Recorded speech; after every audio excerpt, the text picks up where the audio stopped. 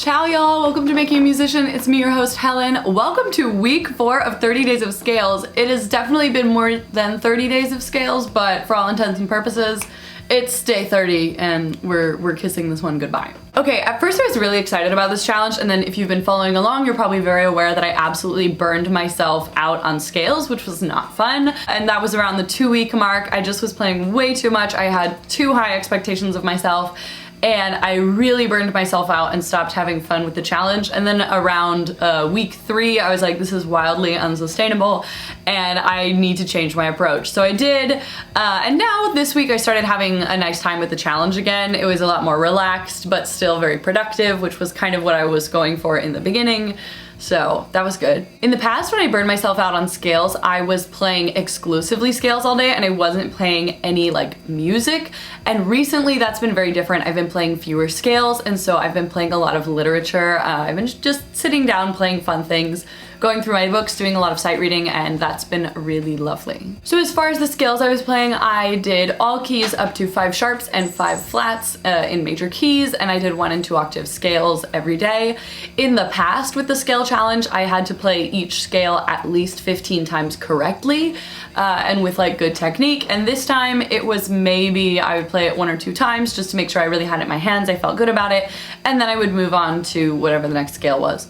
And that was the better way to do that. That was definitely a solid choice. I think that the most valuable thing that I learned from this challenge, aside from scales, is just that it's more productive to take a break than to burn yourself out. I definitely said that something about that in the last video, the 3-week update, and I'm really glad that that seems to have stuck with me this time, because in the past I've had to learn that lesson several times. So for example, this week, 2 days ago, I gave a recital. On the recital day, I didn't really do a lot of other work aside from the recital. I was very focused on the recital, and I was very stressed out about this recital because we didn't have a lot of rehearsal time, but the literature was still very challenging. It caused me a lot of anxiety, and I was putting a lot of energy into working on this. So then we did the recital, it went fine, and I was really glad. And then the next day when I woke up, I noticed I was really exhausted, which totally makes sense. I had just put a lot of work into this thing, and it was very exhausting. So it makes sense the next day I would wake up kind of drained.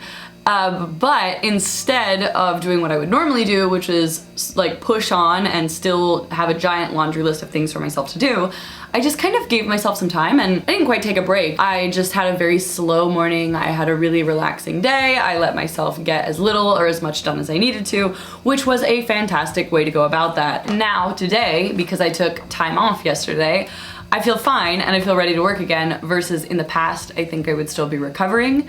So it is better to take a break than to burn out. The next challenge I'm doing is 30 days of sight reading, and I really enjoy just having a chance to sit down and play through a lot of different music. So I think this is gonna be a fun challenge. This challenge really drained me. It was really kind of an exhausting process. And so I wanna be very sure that my next challenge is just a little bit more relaxed, a little more fun, and not so intense. Another reason that I'm picking a more low maintenance challenge is because I will actually, for the next month or so, be in Mexico. I'm singing Queen of the Night in a production of Magic Flute, and so I really want to make sure that I have a much more low maintenance challenge, because you don't really know what your schedule is going to look like on a day-to-day basis when you're in a production.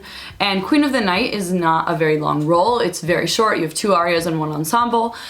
But I don't know what my days are gonna look like. I don't know if they'll be putting me in other programs because I have such a light role. So it might be that my days have a lot of time open for practicing and I can spend a lot of time at piano, or I might not have very much time at all. Either way, I think that a low maintenance challenge is a really good choice while I am away. I also am not quite sure yet what the practice facilities look like. So if they're super, super far away and I'm only gonna get to practice maybe once a day, I want to make sure that my practice challenge is not something that is a very long, extensive process. So like I said, practicing in Mexico is something I totally intend to do on a daily basis. That is my plan. I'm not sure what the scope of that practice is gonna look like, so we'll be playing this one by ear. And then as far as my piano education is concerned, I'm really excited. I have some updates I'd like to share. So I've been looking for a teacher that I want to study with, and actually it was kind of surprisingly difficult to find a teacher. So I finally found somebody. I'm very excited to start studying with them. Before I study with them, I will be doing lesson swaps with a colleague. We have decided we're going to do about 10 lesson swaps. and I'm really looking forward to that. And during that time, my hope is that I am going to get to like have a chance to brush up on basics so that I can come in a little bit more well-rounded before I start lessons. This has been a long time in the making, so I'm really excited to see that things are finally coming to fruition, and that's just like, makes me happy. It's a really nice update. So thank you so much for joining me. That's all I have today. So see you next time. Bye.